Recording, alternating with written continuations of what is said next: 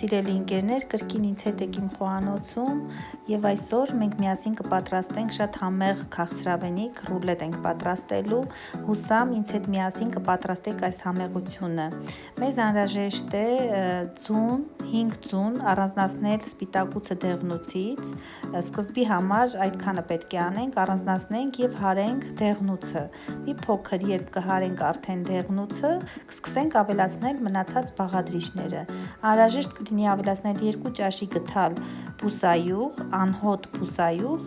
և մի փոքր աղ։ Այս ամենը մի փոքր կհարենք միասին, կավելացնենք սենյակային ջերմաստիճանում գտնվող 150 գրամ գոլ կաթ։ Կաթը ավելացնելուց հետո 100 գրամ ալյուր մաղի միջոցով կանցկացնենք և կհարենք այնքան ժամանակ, մինչև դառնա համասեռ զանգված, որպեսզի գնդիկներ չառաջանան և գնդիկներ չունենան։ Հարելուց անմիջապես հետո ես այստեղ առանձնացրել եմ մի փոքր վանիլին, կես թեյի քթալի չափով և 1 թեյի քթալ և մի փոքր ավել փխրեցուցիչ։ Այս ամենը կհարենք, կդնենք մի կողմ, կանցնենք սպիտակուցին։ Սպիտակուցով բեզե ենք պատրաստելու, սիրելիներս, այն լավ կհարենք, այնքան ժամանակ մինչև կփրփրի։ Հենց կփրփրի, կսկսենք արդեն մոտավորապես 90-80, նայեք ինչքան կկարողանաք, այդքան գրամ շաքարավազ։ Ես աշխատել եմ կրճատել շաքարավազը, քանի որ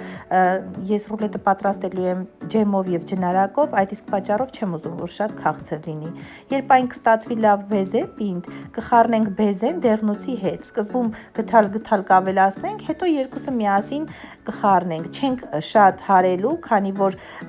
փքվածությունը գիչնի, մեզ պետք է որ թթվածնով հարուստ լինի, այդ իսկ պատճառով պետք է շատ զգուշորեն հարենք այս ամենը։ Յուղաթղթիկի վրա կլցնենք, տեսեք յուղաթղթիկի վրա ես բուսայուղ չեմ արել, քանի որ այն շատ հեշտ դուրս է գալիս բիսկվիտի վրայից։ Կդնենք 180 աստիճան ջերմության տակ եւ ֆի մոտ մի 10-15 րոպեում արդեն պատրաստ է լինում, ինքը բարակ շերտ է, շատ հաստ չի։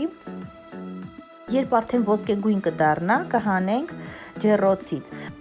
Հիմա կտեղափոխեմ սրբիչի վրա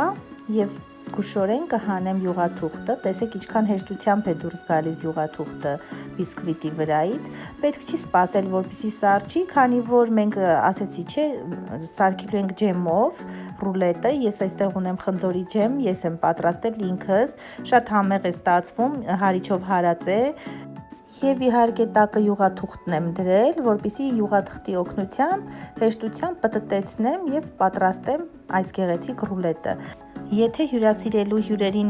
մատուցելու համար եք պատրաստում ռուլետը, անպայման եզրերը կկտրեք, քանի որ եզրերը մի փոքր ավելի չոր են դուրս գալիս։ Ես այստեղ շոկոլադե ջնարակ եմ պատրաստել, շոկոլադը հալեցրել եմ 2-3 ճաշի քթալ կաթի հետ եւ վրան ավելացրել եմ գետնանուշ։ Եվ այսպես կտարածեմ գետնանուշով շոկոլադը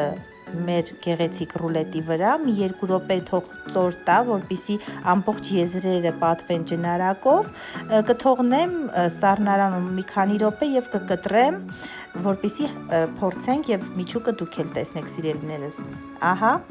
արդեն եզրերը կտրել եմ, տեսեք ինչքան գեղեցիկ փայլուն ջնարակ է ստացվել, գետնանուշն էլ իր գեղեցկությունը ամբողջ սփռել է ռուլետի վրա։ Շատ համեղ ռուլետ է ստացվել, սիրելիներս, հուսով եմ կփորձեք, կհավանեք։ Այսքանով ավարտում եմ այսօրվա տեսանյութը, հուսամ բոլորը հավանեցիք։ Ցտեսություն, միշտ նոր տեսանյութի հանդիպում։